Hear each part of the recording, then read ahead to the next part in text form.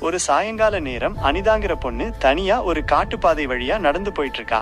அவ மனசுல ஏதோ குழப்பம், ஒரு பதிலுக்காக தேடிட்டு இருக்கா. திடீர்னு ஒரு புயல் வந்து இடி மின்னலெல்லாம் அவளை சுத்தி ஒரு வட்டமா வருது. அத பார்த்ததும் அவ பயத்துல அப்படியே நின்னுடுறா. அடுத்த செகண்டே ஒரு பெரிய வெளிச்சம் வருது, எல்லாம் மாறி போயிடுது. கண் முழிச்சு பார்த்தா வேற ஒரு உலகத்துல இருக்கா. அங்க மரங்களே இல்லை, ஆளுங்க சத்தமும் இல்லை. ஆனா வானத்துல காரெல்லாம் பறக்குது, கண்ணாடி பில்டிங்குகள், ரோபோக்கள் மாதிரி மிஷின்கள் எல்லாம் இருக்கு. இது என்ன உலகம்னு அவ மனசுக்குள்ள ஒரு கேள்வி. அப்ப ஒரு ரோபோ அவளை ஒரு லேபுக்குள்ள கூட்டிட்டு போகுது. அங்க நீங்க ஒரு குவாண்டம் புயல் வழியா இந்த பரிமாணத்துக்கு வந்துட்டீங்க. உங்க மூளை அலைகள் வேற ஒரு உலகத்தோட சேர்ந்துடுச்சுன்னு சொல்லுது. இப்போ அனிதாவுக்கு ஒரு சான்ஸ். இந்த அறிவியல் உலகத்திலேயே தங்கலாம், இல்ல பழைய உலகத்துக்கே திரும்பலாம். ராத்திரி நேரம் அனிதா தனியா நின்னு யோசிக்கிறா. இங்க அறிவியல் வளர்ச்சி அதிகம், ஆனா மனுஷங்களுக்கு உண்டான உணர்வுகளே இல்லைன்னு நினைச்சு பார்க்கிறா. கடைசியா ஒரு முடிவுக்கு வர்றா.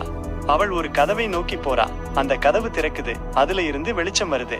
இந்த கதை அறிவியல் வளர்ச்சியை நல்லதா இல்ல உணர்வுகளை நல்லதான்னு ஒரு கேள்வி கேட்டு முடியும்.